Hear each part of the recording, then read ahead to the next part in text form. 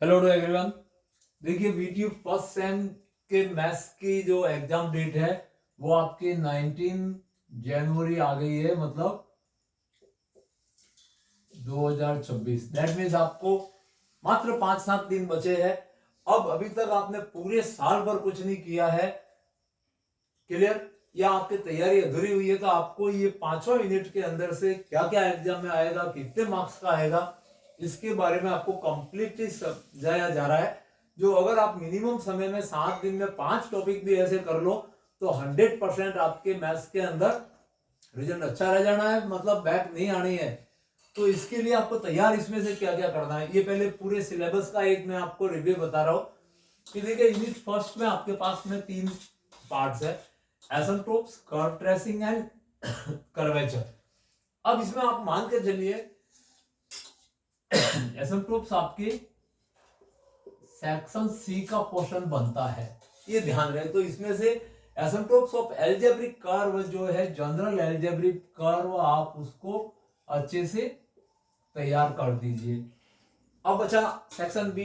तो बी के लिए या तो कर्वेचर का एक सिंगल फॉर्मूला लर्न कर देना जो खाली फर्स्ट डेरिवेटिव और सेकंड डेरिवेटिव बेस पे है, या फिर कर्व ट्रेसिंग का प्रोसेस सीख लेना।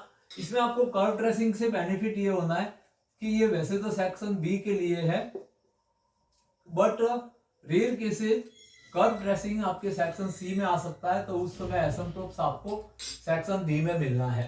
तो ये थोड़ा सा ध्यान रखना है कि एसिम्प्टोट्स और कर्व ट्रेसिंग की इंपॉर्टेंस ज्यादा है। और कर्व ट्रेसिंग तो आप चलते फिरते याद कर सकते हो, फॉर्मूला है, क्वेश्चन पक्का आएगा आपके। तो इसका बहुत सिंपल फॉर्मूला है, अगर आपने याद नहीं किया तो मैं आपको रेडियस ऑफ कर्वेचर का फॉर्मूला भी लिख देता हूँ एक बार और। 1 + dy/dx का स्क्वायर एंड ओवरऑल 3/2 पावर है, और यहाँ पे सेकंड डेरिवेटिव है d2/dx2। तो वेरी सिंपल, इस फॉर्मूले को अभी याद कर लो तो आप डिफरेंशिएशन करना जानते हो, 12th में थोड़ा बहुत सीखा है। फर्स्ट डेरिवेटिव सेकंड डेरिवेटिव निकाल के इस फॉर्मूले में वैल्यू रख दोगे, may be possible section A के अंदर आपको कर्वेचर की क्वेश्चन देखने को मिले। एक ये फॉर्मूला है, एक लिमिट मेथड है तो उसको तैयार कर सकते हैं। अब अगर फर्स्ट यूनिट से देखा जाए तो आपके लिए सबसे ज्यादा संजीवनी वाला काम एसिम्प्टोट्स करेगा। एसिम्प्टोट्स की तैयारी कर लो, इनको रिजर्व के तौर पर आप कर रख सकते हैं। और जिनको अच्छे मार्क्स लाना है तो वो तो very simple, curve tracing, asymptotes और कर्वेचर का फॉर्मूला अच्छे से कर ले। हमारे चैनल पे दिए हुए क्वेश्चन, उन तीनों क्वेश्चनों को करके जाओ, आपको मेथड क्लियर हो जाएगा। सेकंड यूनिट पे आते हैं, वेरी सिंपल, सबसे ज्यादा सिंपल यूनिट जो है वो सेकंड यूनिट है और फर्स्ट यूनिट है। ये आपके लिए बहुत इजी है, पार्शियल डिफरेंशिएट करना। अब आपने डिफरेंशिएशन पे अगर थोड़ा सा भी फोकस किया है तो पार्शियल डिफरेंशिएशन का एक लॉन्ग आंसर में क्वेश्चन बनता है। इसमें आपके मैक्सिमा मिनिमा सेक्शन सी में बनाता है क्वेश्चन। ये सेक्शन सी के लिए रिजर्व रख लो, मैक्सिमा और मिनिमा, और इनको तैयार कर लो सेक्शन बी और ए के लिए आप तैयार कर सकते हैं। दैट मींस मैक्सिमा मिनिमा हमारे चैनल पे दिए हुए हैं, जिसमें लैग्रांज मल्टीप्लायर मेथड, मतलब 2 कंडीशन आती है, 2 रेस्ट्रिक्शन के साथ में है, या डायरेक्ट कोई फंक्शन भी आ सकती है, वो लक बाय चांस है, आपके लक कैसे है उसके। अब आते हैं थर्ड यूनिट पे। ये बहुत लेंथी यूनिट है, सबसे लेंथी यूनिट ये है और सबसे ज्यादा कंफ्यूजन वाला आपके लिए यूनिट यही है।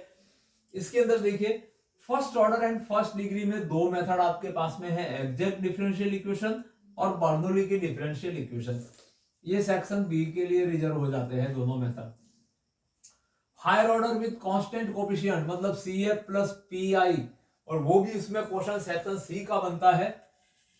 ये सी सेक्शन की क्वेश्चन है जिसमें मिक्स फंक्शन मैंने लिखा है नॉर्मल सी लैंग्वेज में, मिक्स फंक्शन x⁴n के साथ साइन या कॉस आना चाहिए। जो इमेजिनरी पार्ट और रियल पार्ट वाले कंसेप्ट आपको समझाए गए थे उससे ही इसको आपको चलाना है। या फिर 3 फंक्शन भी मिक्स हो सकते हैं, algebraic, exponents and trigonometrical sine cos. तो उस समय 2 फंक्शन के एक पेयर को एक फंक्शन बनाना है, हमारे चैनल के ऊपर दिया हुआ है। तो इससे रिलेटेड क्वेश्चन आप देख के जाइए, आपको 100% सेक्शन सी के अंदर निराशा नहीं होगी, आपके क्वेश्चन अटेंड हो जाएगा CF और PI का। बाय चांस अगर इसमें कुछ आपके पास 19-20 हो जाता है और कभी पेपर जैसे कि टफ आ जाता है, तो उस समय आपको हायर ऑर्डर की सेम डिफरेंशियल इक्वेशन पूछी जाती है, बट जिनको चेंज कर सकते हैं कांस्टेंट कोफिशिएंट है, मतलब CF और PI वाला पोर्शन पढ़ के गए और सपोज आपके इस तरह की डिफरेंशियल इक्वेशन आ गए जिसमें मैंने आपको बताया था कि x² इंटू d2/dx2 आता है, तो इसको बदलते हैं d इंटू d-1 में बदल देते हैं। दैट मीन्स ये नया d जो z वेरिएबल के लिए अपन ने काम में कन्वर्सन किया था, तो कन्वर्सन वाला पोर्शन की मैं बात कर रहा हूँ, d पोर्शन। बट आप इस d को भी तैयार कब कर पाओगे आप, जब c आपका तैयार होगा। दैट मीन्स आपको ये CF और PI वाला अच्छे से सीख के जाना है, तो आपके C सेक्शन का एक क्वेश्चन रिजल्ट हो जाएगा। और एग्जैक्ट का क्वेश्चन आने के चांस सबसे ज्यादा है इस बार आपके वीडियो में, तो एग्जैक्ट डिफरेंशियल इक्वेशन को आप बी के लिए तैयार करके जाइए। एग्जैक्ट भूल गए हो तो याद दिला देता हूं, mdx plus ndy is equal to 0 type, जिसमें एक फॉर्मूला मैंने लिखाया था, सिंपल सा मेथड है, छोटा मेथड है, उससे आप इस डिफरेंशियल इक्वेशन को सॉल्व कर सकते हैं। 4th यूनिट आपके लिए संजीवनी का काम करेगा। ये सेक्शन सी के अंदर method of variation of parameter आपको बताया गया है। 10 बार मैंने क्लास में भी बोला था कि आप method of variation of parameter को घोट लेना, आपका क्वेश्चन आए उसमें मेथड आप फॉलो कर देना, आपको मार्क्स आने ही आने। ये भी पॉसिबल आप एरर बना देते हो कई बार, बिकॉज आप लोग कई बार बताते हो कि 12th तक आपके कैलकुलस का नॉलेज अच्छा नहीं है, तो इस रीजन से आप इंटीग्रेशन में वहां पे जाके अटक जाते हो। जनरली 12th करके एट प्रेजेंट जो बच्चे आ रहे हैं वो आधा अधूरा सिलेबस पढ़ के आ रहे हैं, तो इसलिए वो इंटीग्रेशन में फंसते हैं या डेरिवेटिव में कंफ्यूज हो जाते हैं। तो इसलिए आपको ये मेथड आप इसको पूरा फॉलो करिए, इसका क्वेश्चन पक्का आएगा। और बाय नेम आता है इसका क्वेश्चन, जब भी आता है तो solve by variation of parameter method लिखा हुआ आता है। 100% सी सेक्शन की क्वेश्चन है। देख रहे हो यहाँ पे सी सेक्शन के लिए क्या क्या आपके लिए सुविधाजनक स्थिति बताई जा रही है, बाकी बी के लिए है ये। और लक बाय चांस आपके इसमें से आ जाता है when one part of CF is given P plus QX equal to 0 या 1 plus minus P plus Q equal to 0 condition में आप इसका CF का 1 पार्ट लेके फिर डिफरेंशियल इक्वेशन का जो फॉर्मूला लिखाया गया है सेकंड ऑर्डर के डिफरेंशियल इक्वेशन को चेंज करने का तरीका बताया गया है, उसको कर सकते हैं।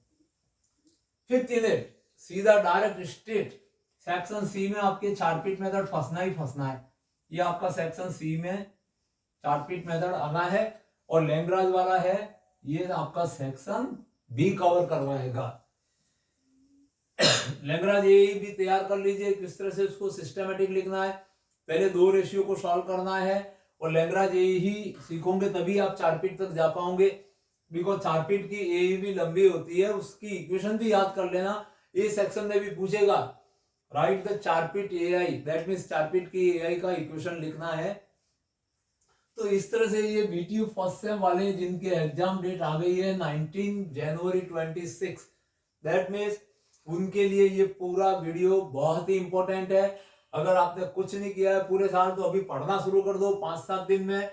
आपको मैं फिर से बता रहा हूँ, जिनको बिल्कुल कम समय में तैयारी करनी है, एसिम्प्टोट्स उड़ा लो, कर्व ट्रेसिंग का मेथड रट्टा मार लो, पार्शियल डिफरेंशिएशन और आयलर थ्योरम का प्रूफ दैट वाला पोर्शन कर लो, और यहाँ पे आके आप कंफ्यूज हो जाओगे। तो 3rd यूनिट में आपके लिए करने के लिए कोई विशेष नहीं है, सडन आप नहीं कर पाओगे। और method of variation of parameter एक ये कर लो। देखो मैं आपको बता रहा हूँ, ये लास्ट मोमेंट के ऊपर ये आपको हेल्प करेगा, चार्टपीट हेल्प करेगा, लैग्रांज हेल्प करेगा।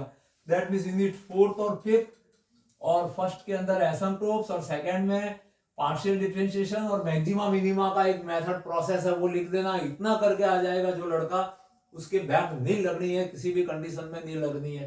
तो बने रहे हमारे चैनल में। अपने सभी भाइयों सभी मित्रों को ये वीडियो अधिक से अधिक शेयर करिए, सभी ग्रुप में शेयर कर दीजिए। सब्सक्राइब नहीं किया तो सब्सक्राइब कीजिए, क्योंकि नेक्स्ट आपको इंपॉर्टेंट क्वेश्चन भी हमारे चैनल पे आने वाले हैं।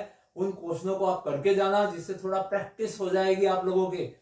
मैं ये तो गारंटी नहीं लेता कि वो के वो क्वेश्चन आएंगे, बट कुछ रिपीट कर गए पिछले सालों के पेपर को देख के हमारे चैनल में दिए जा रहे हैं आपको, तो उन क्वेश्चनों को करने के लिए भी और उसकी PDF भी आपको भिजवा दी जाएगी। तो उसको पूरा फोकस करके पढ़ लेना, ताकि आपके ये बैक का कोई भी परेशानी कभी हो ही ना, क्योंकि बैक आना मतलब आपके लिए बहुत बड़ा सरदर्द होता है। नेक्स्ट टाइम में भी उसको साथ लेके घूमना, मैंने आपको रनिंग टाइम में भी बोला हुआ है। जितने भी स्टूडेंट जुड़े हुए हैं उनको बोला हुआ है, अच्छे तरीके से वार्न किया हुआ है कि बैक आई मतलब उसने अपने लाइफ का 1 साल कम कर दिया, वो परेशानी में पड़ गया। तो इसलिए तैयारी कर लीजिए अच्छे से। और भी कोई इश्यूज है तो आप मुझे पर्सनली मिल सकते हैं। Thank you watching this video.